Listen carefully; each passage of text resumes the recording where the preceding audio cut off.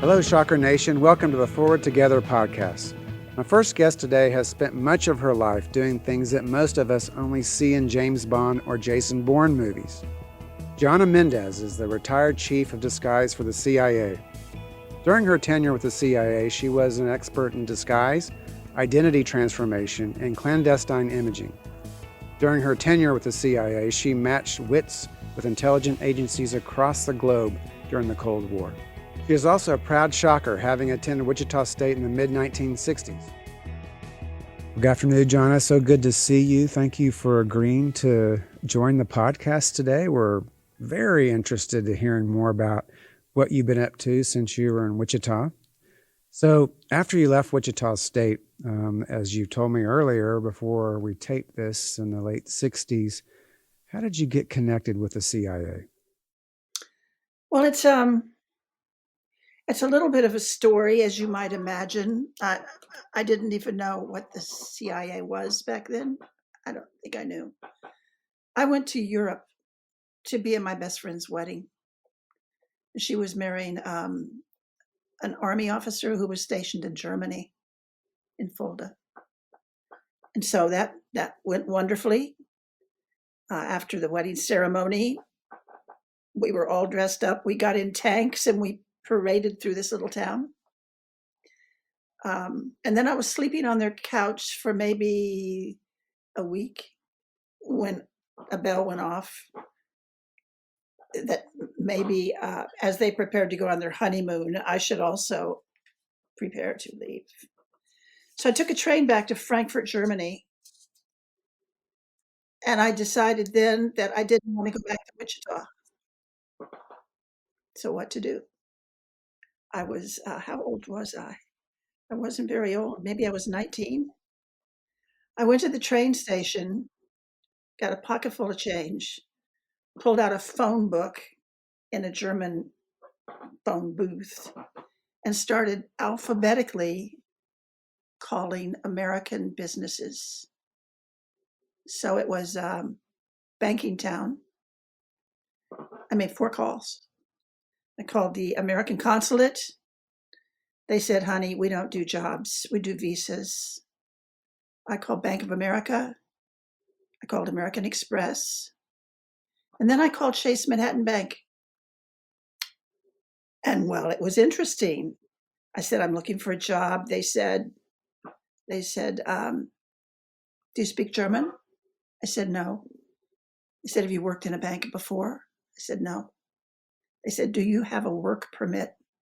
I said, I do not. And they said, why don't you come down and talk to us? And they hired me. So that was how to get my foot in the door. To leap forward, there were some Americans coming into that bank every week, probably with their paychecks. They were civilians. This was at the time when there was an enormous American military presence there. But these were not military people. So I got to know them and went to some wine festivals with a group of them, started dating one of them. Another leap forward. So when he proposed to me in Vienna, Austria,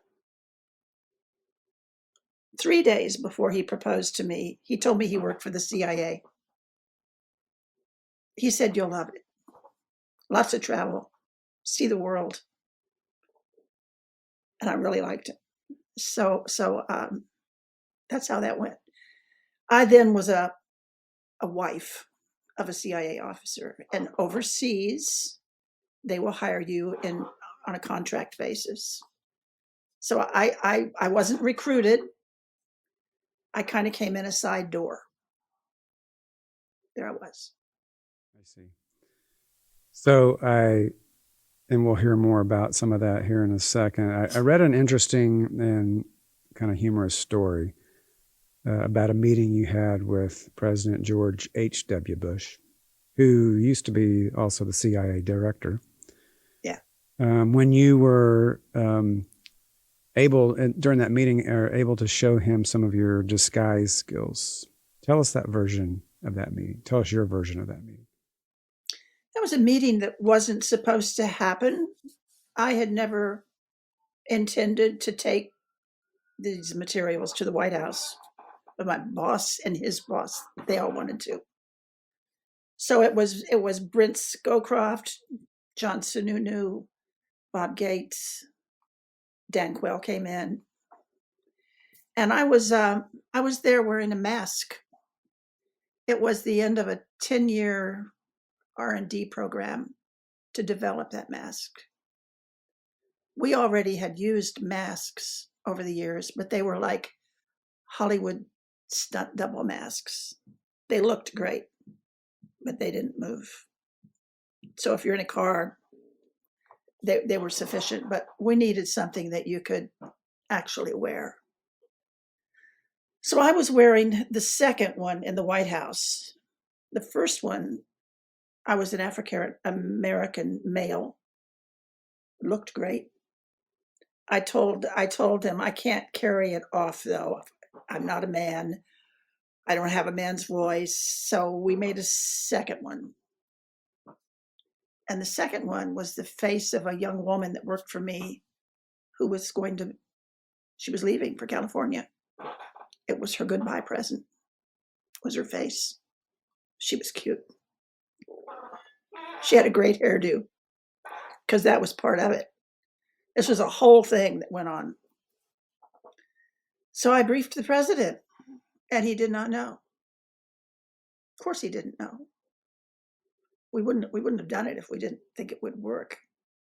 But I must say, when I took it off, it was a moment. He loved it. He just I always thought he was a very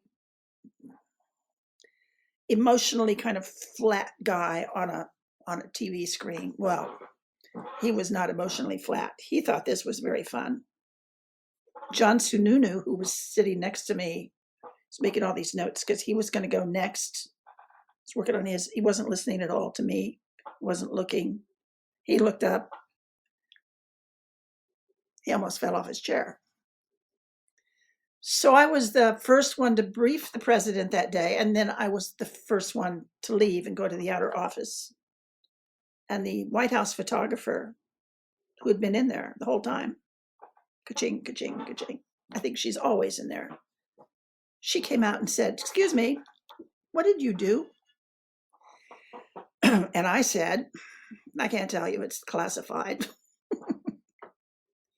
And I think I ticked her off because it took 10 years for that photo to show up in my office.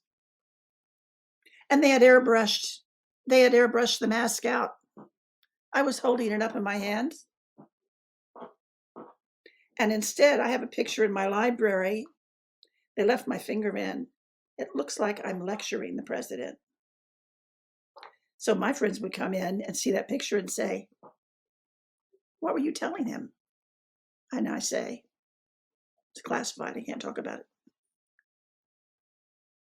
That was the mask. Yeah. Very interesting.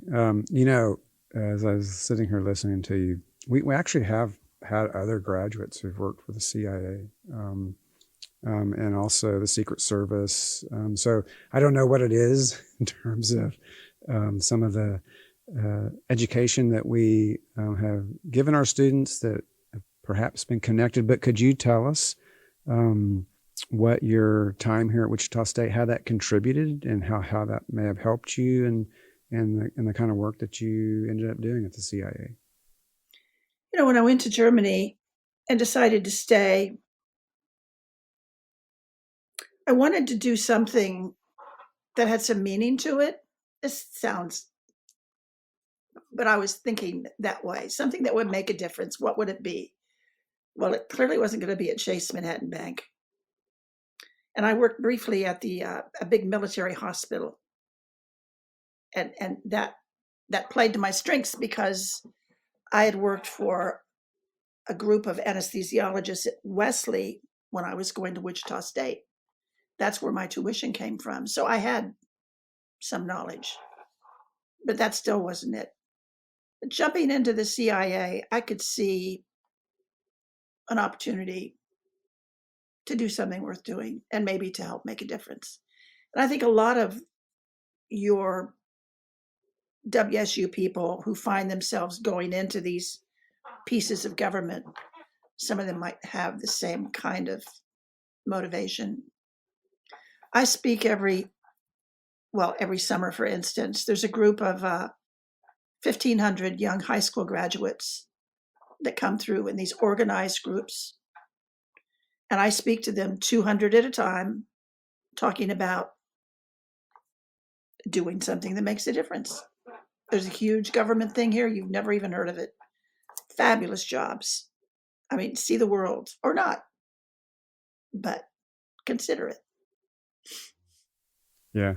I don't know if you know this, with the expansion of the university, it's not exactly related to the work of the CIA, but we have a very strong school of criminal justice here, that has developed all kinds of partnerships with our local policing agencies, the Justice Department, and the ATF, and alcohol, tobacco, and firearms. And they're moving a gun crime intelligence, or they're developing a new gun crime intelligence center here on our campus. And it's because of our expertise in criminal justice, some of this related kind of work, that has really spurred that. And then also the work that we've been doing in our research and digital transformation, which, is so important when you're doing intelligence type work, from what I've learned. And I'm assuming you know that as well. Those things, they fit together. Intelligence and law enforcement and the whole criminal aspect of it. ATF, for instance, I almost got shot once because they were worried that I was ATF. But then I was a woman, and they thought, ATF doesn't hire women, do they? So they didn't shoot me. But it's all of a piece, and it's all worth doing. We recruit from some of those pools of people. It's a wonderful background. Yeah, and that's kind of what I was thinking at and getting at, is that the talent pipeline, certainly in the work that you do, and what we're teaching here, and what we're trying to do in terms of the talent pipeline, relates to this kind of work in the CIA. So I'm very excited to hear about that and get your views on that. So one more piece of it, though, the CIA was very late to adding the cyber piece to our arsenal of skills. We have always had 4 directorates, and now we have a 5th. Just recently, it's cyber. It's all that technology that we pulled together in one place at CIA. It's huge. Yeah, and that's what we're learning in terms of our expansion of our programming and what we're teaching our students. Everything's become technology based, digitally based, in all of our fields. We just started an applied linguistics program on campus a couple of years ago because of the need for linguists actually in the intelligence world. I'm assuming that you probably know that the CIA hires lots of linguists in terms of their work there. So we do. Yeah.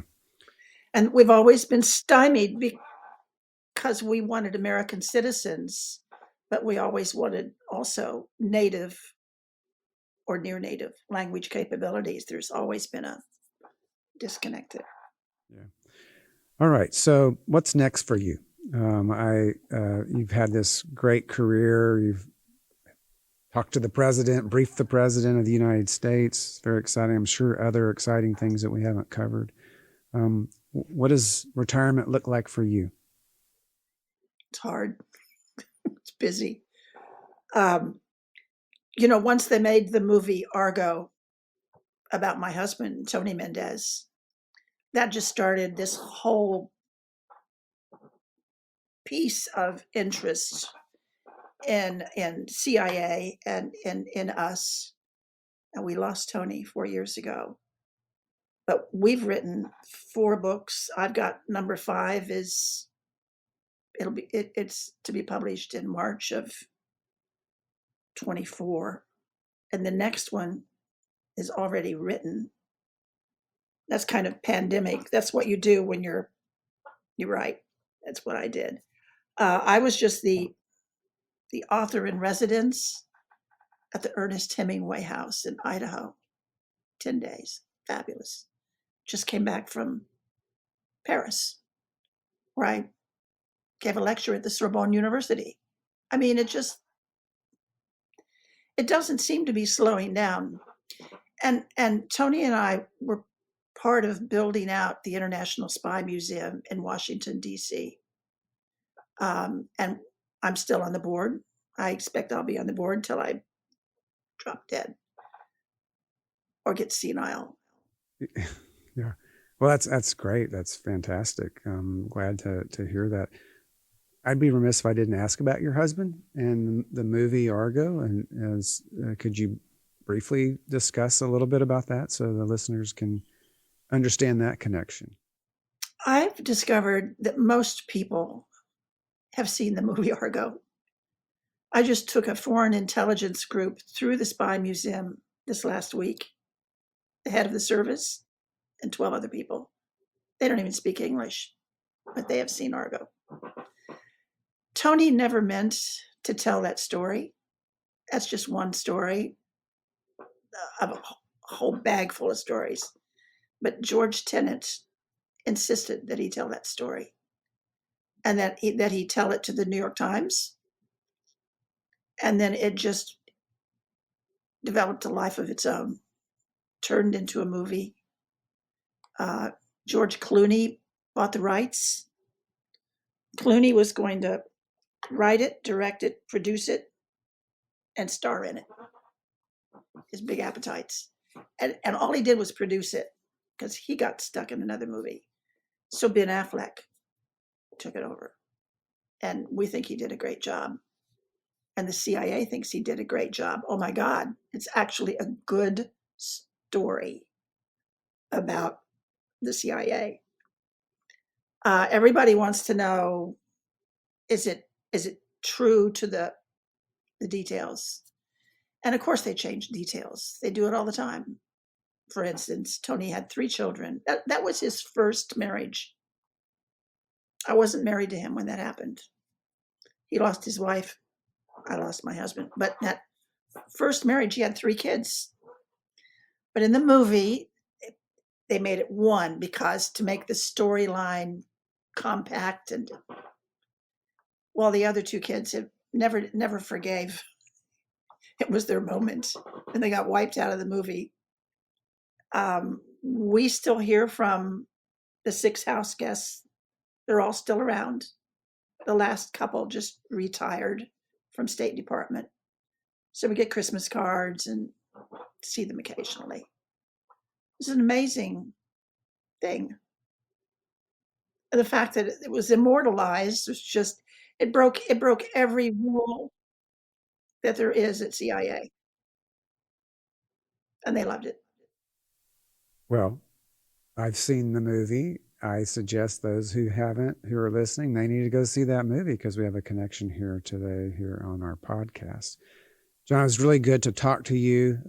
It's a very interesting life that you've led that started here in Wichita and a connection to Wichita State. I hope that we can see you sometime back here in Wichita. If you do happen to come back, please stop by and we'll visit some more. I think I'll make a point of it. Yes, so good to meet you. Thank you for being here. Love talking to you. On the next edition of the Forward Together podcast, join me when I talk to some of our current shockers about their experiences learning, working, and growing at Wichita State. Thank you for joining me today, and remember to rate, review, and subscribe wherever you listen to the Forward Together podcast.